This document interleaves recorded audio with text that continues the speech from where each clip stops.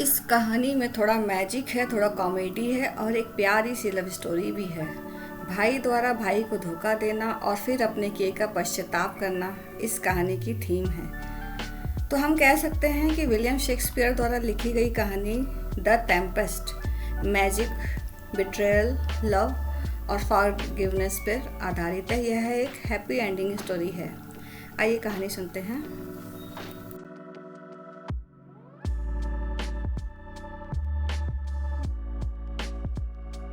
सात समुंदर पार एक बड़ा ही सुंदर टापू था।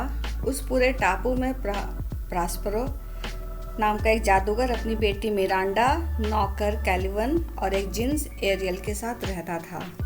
मिरांडा लगभग 14 साल की एक भोली भाली लड़की थी। यहाँ रहते रहते उसे 13 वर्ष बीत चुके थे, मगर अब तक उसने अपने बूढ़े बाप के अतिरिक्त किसी पुरुष अथवा स्त्री को नहीं देखा था।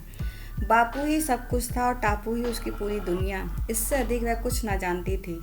प्रॉस्परो को अधिकतर वक्त इसी बालिका के साथ हंसते खेलते गाते गुनगुनाते बीत जाता था। शेष समय वह काफ़ी बड़ी बड़ी पुरानी पोथियों पर झुका कुछ पढ़ता रहता था, शायद जादू की बातें। उसके एक ही इशारे पर बिजलियां कड़कने लगती थीं। क्या आंधी, क्या तूफान, क्या शेर, क्या इंसान, सब उसकी उंगली के संकेत पर नाचते थे। यहाँ तक कि लोक परलोक की आत्माएं भी उसके वश में थीं। इन्हें वह अपने प्रेतों की सेना कहकर पुकारता था। उसका सबसे प्रिय और लाडले प्रेत का नाम एरियल था। दुनिया में ऐसा कोई काम नहीं था जो एरियल ना कर सकता हो।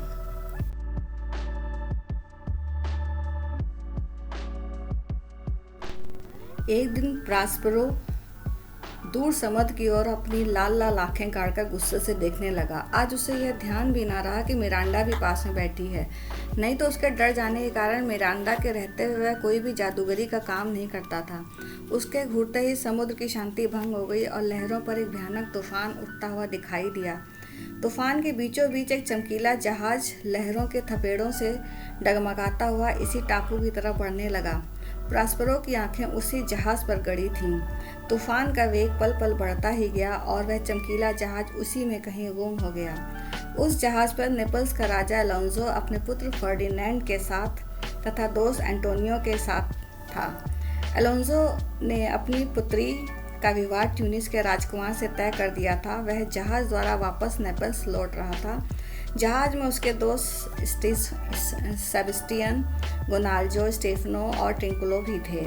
तभी अचानक आसमान से बिजली गिरती है। नाविक अलोंजो को बताते हैं कि बिजली गिरने से जहाज क्षतिग्रस्त हो गया है।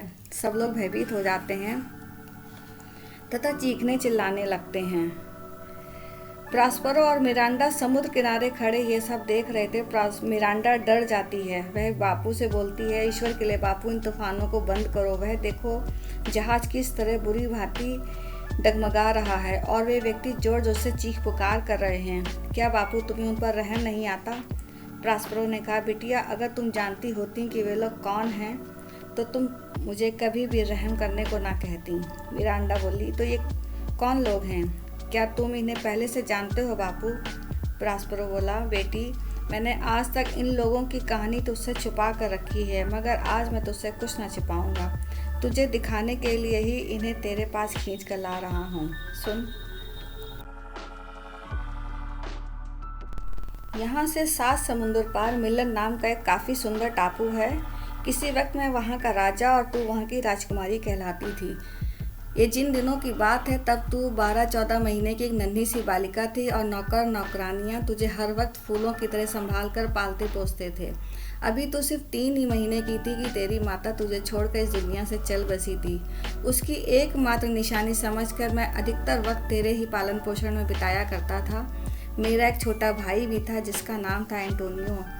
उस पर मुझे पूरा यकीन था और वही राज्य के सारे कार्यों की देखभाल किया करता था। धीरे धीरे उसके दिल में लोभ उत्पन्न हो गया और वह मुझे हटाकर खुद राजा बनने की इच्छा करने लगा। एंटोनियो ने नेपल्स के राजा अलोंजो के साथ मिलकर एक षड्यंत्र किया। एक बार उसने समुद्र की सैर का बहाना बनाया और मुझे और तुझे लेकर एक जहाज पर सवार हो गया। जहाज के मल्लाहों को उसने पहले ही सिखा दिया था, इसलिए जैसे ही हमारा जहाज किनारे से दूर एक गहरे स्थान पर पहुंचा, वैसे ही मल्लाहों ने मुझे तथा तुझे जहाज से धकेलकर एक छोटी सी डोंगी में बैठने को मजबूर किया और अपने आप जहाज़ लेकर वह टापू की ओर वापस लौट गए। एंटोनियो का ख्याल था कि हम दोनों वहीं समुद्र की लहरों में डूब जाएंगे या भूख प्यास से तड़प कर प्राण दे देंगे, मगर भगवान को ऐसा मंजूर न था। जहाज़ के मल्लाहों में से एक मल्लाह मुझे अपनी जान से भी अधिक प्यार करता था और किसी तरह एक दिन पहले ही उसे एंटोनियो के इस बुरे ख्याल का पता चल गया था, इसलिए उसने मेरी डोंगी में पहले ही से खाने पीने की इतनी सामग्री छुपा कर रख दी थी कि हम पूरे महीने तक हमको ये प्राप्त हो सके। साथ ही वह उन जादू की पोथियों को भी डोंगी में रखना ना भूला जो मुझे प्राणों से भी अधिक प्यारी थीं। हमारी डोंगी किनारे पर तो लग गई, लेकिन मेरी कहानी यहीं ख़त्म नहीं हुई। जो ही मैंने तुझे गोद में लिए हुए किनारे पर पैर रखा, त्यों ही एक बुढ़िया उस फूस के झोपड़े से बाहर निकली। उसकी पीठ के पीछे एक छोटा सा कुबड़ दिखाई दिया था। यह वैसा ही कुबड़ था जैसा कि मैंने जादू की पोथियों में पढ़ रखा था कि जादूगरनियों की पीठ पर होता है। साथ ही उस जादूगरनी के निकलते ही झोपड़ी के आसपास के वृक्षों में से मुझे चीखने पुकारने की अन्य आवाज़ें सुनाई देने लगी। मैं डरता हुआ पेड़ों के पास पहुंचा। वृक्ष में से आवाज़ आई, मुसाफिर, कभी हम भी तेरे जैसे जीते जागते और आज़ाद व्यक्ति थे और तेरी तरह ही समुद्र में भटकते हुए इस टापू के किनारे पर आकर लगे थे। यह जो वृद्धा है, यह जादूगरनी साइकोरेक्स है। इसने पहल तो हमारे साथ बड़ी फुसलाने वाली बातें की, मगर शीघ्र ही पता चला कि यह हमें अपना दास बनाना चाह रही थी। इस बुढ़िया ने हम में से एक एक की आत्मा को जिस्म से निकाल कर उसे एक एक वृक्ष पर पटक दिया और कहा, अब पूरा जीवन यहीं लटके रहो और अपनी अपनी करनी का फल भोगो। बस ए मुसाफिर, उसी दिन से लेकर हमारी आत्माएं इन वृक्षों से बंधी उल्टी लटक रही हैं। दिन को सूरज निकलने से हमें कुछ शांति मिलती है, मगर अंधेरा पड़ते ही इस जादूगर की माया हमारे अंग अंग को जलाने सी लगती है। हमारे जिस्म कब सड़ गल कर मिट्टी के ढेर बन चुके हैं, मगर हमारी आत्माएं आज भी नरक की आग में जल रही हैं। ए मुसाफिर, अभी वक्त है। यदि तू इस वृद्धा के हाथों से बचकर कहीं भाग सके तो भाग जा, नहीं तो कल तेरी भी वही हालत होगी जो हमारी है। यह कहकर वह बहुत जोर जोर से रोने चिल्लाने लगा, मानो कोई काट रहा हो। उसकी यह करुण चीख चिल्लाहट सुनकर मैंने फैसला कर लिया कि उन्हें इस प्रकार दुखी छोड़कर मैं वहाँ से भागने की कोशिश नहीं करूँगा। या तो अपने जादू के प्रभाव से इन आत्माओं को भी वृद्धा के बंधन से छुटकारा दिलाऊंगा, अथवा जीता जागता समुद्र में कूदकर प्राण दे दूंगा। उन आत्माओं की चीख पुकार की वजह से मैंने बुढ़िया का दास बनना स्वीकार कर लिया। वह मुझे घृणित से घृणित जो भी कार्य करती थी, मैं उसे करने से कभी इनकार नहीं करता था और छुपे छुपे उस बुढ़िया का जादू जानने और अपने में जादू की ताकत बढ़ाने की कोशिश किया करता था। आखिर जब मैंने अपने आप को पूरा समर्थ पाया तो वृद्धा को जादू युद्ध के लिए ललकारा। काफ़ी दिनों तक हमारा युद्ध चलता रहा।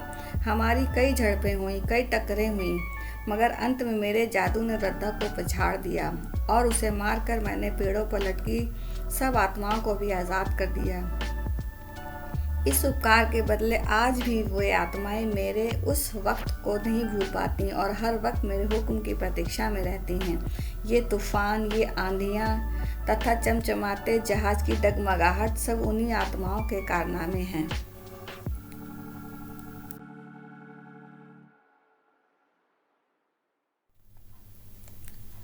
जादूगरनी साइकोरेक्स का बेटा कैलिवन एक आधा इंसान और आधा दानव है, जो कि अब मेरा दास है, जिसे जंगल में मैंने लकड़ियां लाने के लिए भेजा है।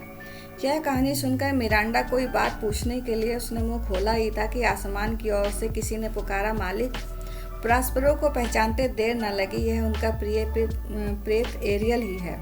कहीं उसे खाली आकाश में किसी अदृश्य वस्तु से बात करते देखकर भोली मिरांडा डर न जाए, यह सोचकर प्रास्परो ने पास ही पड़ी छड़ी से धीरे से मिरांडा को छुआ तथा वह तत्काल ही गाढ़ी नींद में सो गई। प्रास्परो ने आसमान की ओर देखकर कहा, आ गए एरियल, सुनाओ उस जहाज तथा उसके संचालकों का क्या बना। एरियल ने कहा, मालिक, जहाज में एलोंजो और एंटोनियो के दोस्त सेबेस्टियन, गोनांजलो, स्टीफनो और ट्रिंकुलो भी हैं। मालिक, आपके कहे अनुसार मैंने किसी का भी बाल बांका नहीं होने दिया तथा वे सब सही सलामत इस टापू के तट पर पहुंच गए हैं। आपकी हिदायत के अनुसार मैंने राजकुमार फर्डिनेंड की रक्षा का खास ध्यान रखा। वह सकुशल किनारे पर पहुंच चुका है। मैंने अपने आप को हाजिर किए बिना ही उसके समक्ष ऐसा संगीत छोड़ दिया जैसे कोई स्वर सुंदरी भी नहीं गा सकती हो। मेरे संगीत पर लट्टू होकर वह किसी सुंदरी का मधुर सपना देखते हुए इधर ही की ओर आ रहा है। उसके मधुर संगीत के असर से राजकुमार फर्डिनेंड समुद्र की दुर्घटना तथा अपने साथियों के वियोग को बिल्कुल भूल चुका था तथा जिस तरफ से संगीत सुनाई दे रहा था उसी तरफ चलता हुआ वह उसी स्थान पर जा पहुंचा जहां प्रास्परो और मिरांडा एक पेड़ की छाया में हरी घास पर बैठे थे। आज तक मिरांडा ने अपने पिता के अतिरिक्त किसी भी व्यक्ति को न देखा था, इसलिए सुंदर राजकुमार को सामने से आते देखकर वह बहुत खुश हुई और यह न समझ सकी कि उसका मन उसकी ओर क्यों खिंचा जा रहा है। उधर इस बयावान जंगल में मिरांडा जैसी सुंदरी को वृक्ष की छाया में बैठे देखकर फर्डिनेंड ने समझा कि शायद वह किसी दिव्य लोक में पहुंच गया है अथवा कोई स्वर्ग की अप्सरा ही देवलोक से उतरकर भूमि पर आ गई है। आंखों ही आंखों में उन दोनों ने एक दूसरे की तरफ इस तरह आकर्षित होते देखकर प्रास्परो का मनोरथ पूरा हुआ तथा वह जानबूझकर कुछ पलों के लिए अदृश्य होकर छुपे छुपे देखने लगा कि वे एक दूसरे को कितना चाहते हैं। समुद्र की दुर्घटना की वजह से फर्डिनेंड का चेहरा कुछ उतर गया था, लेकिन उसकी सुंदरता अच्छी थी। उसे देखकर खुद प्रास्परो रीझ गया और मन ही मन कहा, मेरी बेटी ऐसे ही राजकुमार के योग्य है। और सौभाग्य से पहली नज़र में ही दोनों एक दूसरे को प्यार करने लगे हैं, मगर पहले मैं इनके प्यार की परीक्षा लूँगा। अभी तक प्रास्परो अदृश्य रूप ग्रहण किए उन दोनों की बातें सुन रहा था। अब वह सहसा उनके सामने हाजिर होकर बोला, सच बता, तू कौन है, कहाँ से आया है और किसकी इजाज़त से तूने इस टापू में प्रवेश किया है? लगता है तू किसी का जासूस है और मेरा भेद लेने के लिए चुपके चुपके मेरे राज्य में घुस आया है और अपने किए का फल तुझे अभी मिल जाएगा। कान खोल कर सुन ले, आज से तू मेरा दास है। यह ले कुल्हाड़ा और आज अभी इसी पल से पेड़ काटना आरंभ कर दे। मिरांडा ने मिन्नत के लहजे में कहा, बापू, यह सुंदर राजकुमार इस कार्य को कैसे कर सकेगा? इसके शरीर के अंग कुल्हाड़े की चोट को कैसे सह सकेंगे? बापू, इतने कठोर मत बनिए, इसे क्षमा कर दीजिए, मेरे लिए माफ़ कर दीजिए। प्रास्परो उंगली दिखाकर बोला, इससे भी सुंदर और इससे भी बाकी अनेक राजकुमार संसार में भरे हैं। मैं आज्ञा देता हूँ कि इससे दिन भर लकड़ियाँ काटने का काम लो और अगर यह तनिक भी ढील करे तो मुझे बताना। यह बनावटी गुस्सा दिखाकर प्रास्परो बड़बड़ाता हुआ प्रकट रूप में वहाँ से चला गया, मगर वास्तव में अदृश्य होकर वह उन दोनों की बातें सुनने लगा। उनकी जो बातें उसने सुनी उनसे उसे यकीन हो गया कि वे एक दूसरे के सच्चे जीवन साथी बनकर रह सकेंगे। फर्डिनेंड ने मिरांडा से बोला, मैं तुम्हें अपने दिल की रानी बनाकर रखूंगा तथा अपने राज्य की मलिका। मिरांडा बोली, मैं तुम्हें ही अपना राजा मानकर जीऊंगी तथा अपने प्राणों का स्वामी। अब प्रास्परो अपने आप को रोक नहीं सका, वह प्रकट होकर बोला, और मैं तुम्हारे इस प्रेम संबंध को पूर्ण करने के लिए मन से आशीर्वाद दूंगा। उधर आइलैंड के दूसरे भाग में एलोंजो, सेबेस्टियन, एंटोनियो और गोनांजलो इधर उधर भटक रहे थे। वे सब ईश्वर से जिंदा बच जाने का शुक्रिया अदा करते हैं, लेकिन एलोंजो अपने बेटे फर्डिनेंड के लिए चिंतित है। वह खुद को कोसता है कि काश उसने अपनी बेटी की शादी इतनी दूर ना की होती तो यह दुर्घटना ना होती और उसका बेटा उसके साथ होता। तभी एरियल अदृश्य रूप से वहाँ आता है। वह जादुई म्यूजिक बजाता है। इससे एलोंजो और गोंजालो गहरी नींद में सो जाते हैं। एंटोनियो जब उन दोनों को बेहोश देखता है तो सेबेस्टियन से कहता है कि अगर वह उन्हें मार दे तो नेपल्स का राजा बन सकता है। सेबेस्टियन इसके लिए तैयार हो जाता है। फिर वे दोनों तलवारें निकालकर एलोंजो और गोंजालो की तरफ बढ़ते हैं, लेकिन तभी एरियल उनको फिर से होश में ले आता है। जब वे एंटोनियो और सेबेस्टियन को तलवार ताने देखते हैं तो उन पर शक करते हैं, लेकिन वे दोनों कहते हैं कि उन्होंने उन्हें शेरों से बचाने के लिए तलवारें पकड़ी हुई थीं। इसके बाद एरियल वहाँ से चला जाता है और वे लौटकर फर्डिनेंड को ढूंढने लगते हैं। दूसरी ओर कैलिबन, जो कि प्रॉस्परो का नौकर है, वह प्रॉस्परो और उसकी बेटी मिरांडा से नफरत करता है क्योंकि उन लोगों ने उसकी माँ साइकोरेक्स को मारकर द्वीप पर कब्जा कर लिया था और उसको अपना गुलाम बना लिया था। वह जंगल में लकड़ियाँ इकट्ठी कर रहा है। तभी वह ट्रिंकुलो को देखता है। वह समझता है कि प्रॉस्परो ने किसी जिन को उसे परेशान करने के लिए भेजा है। वह पेड़ के नीचे अपने लबादे में छुप जाता है। ट्रिंकुलो भी उसे देख लेता है और उसे छेड़ने के लिए वह भी उसके लबादे में घुस जाता है। तभी ट्रिंकुलो का दोस्त स्टीफनो वहाँ आता है। वह उन दोनों को देख लेता है। फिर वे तीनों बैठकर शराब पीते हैं और गाना गाते हैं। कैलिवन, जो कि प्रॉस्परो व उसकी बेटी मिरांडा से नफरत करता है, उनसे कहता है कि अगर वे प्रॉस्परो को मार दें तो उनकी बेटी से शादी कर सकते हैं और स्टीफनो को आइलैंड का राजा भी बना देंगे। एरियल जाकर ये सब बातें प्रॉस्परो को बता देता है।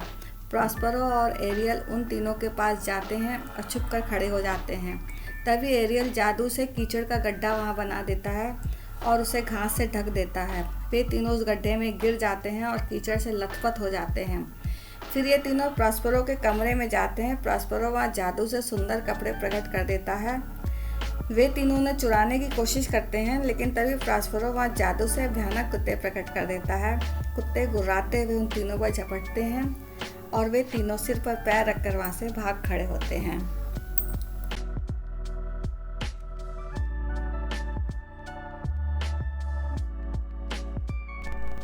प्रॉस्परो एरियल से कहता है एलोंजो, एंटोनियो और सेबेस्टियन को उसके सामने ले आए।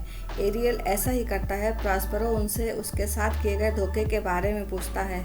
वे तीनों शर्मिंदा होकर पश्चाताप करते हैं और प्रॉस्परो से माफ़ी मांगते हैं। प्रॉस्परो उन्हें क्षमा कर देता है। एलोंजो कहता है कि उसने अपने बेटे फर्डिनेंड को खो दिया है। इस पर प्रॉस्परो भी कहता है कि उसने भी अपनी बेटी मिरांडा को खो दिया है। सब हैरान हो जाते हैं। फिर प्रॉस्परो सामने के कमरे का पर्दा हटाता है। सब देखते हैं कि फर्डिनेंड और मिरांडा कमरे में बैठे चेस खेल रहे हैं। फर्डिनेंड और मिरांडा सबसे मिलते हैं और अपनी शादी की बात बताते हैं। तभी एरियल वहाँ पर कैलिवन, ट्रिंकुलो और स्टीफनो को लेकर आ जाता है। वे तीनों प्रॉस्परो से माफ़ी मांगते हैं। अगले दिन प्रॉस्परो को फिर से मिलन का ड्यूक घोषित कर दिया जाता है। प्रॉस्परो ने एरियल को इस शर्त पर आज़ाद कर देता है कि उनकी वापसी यात्रा के दौरान समुद्र को शांत रखेगा तथा कैलिवन को भी दासत्व से मुक्त कर देता है। कहते हैं फर्डिनेंड तथा मिरांडा ने चिरकाल तक वहाँ राज किया तथा प्रॉस्परो तथा एंटोनियो ने अपनी शेष आयु साधु महात्माओं की तरह प्रजा की खिदमत में बिताई। और इसी के साथ यह कहानी समाप्त होती है। कहानी पसंद आई हो तो कहानी को लाइक शेयर ज़रूर कीजिए। चैनल पर नए हैं तो चैनल को सब्सक्राइब भी कीजिए। Thanks for watching.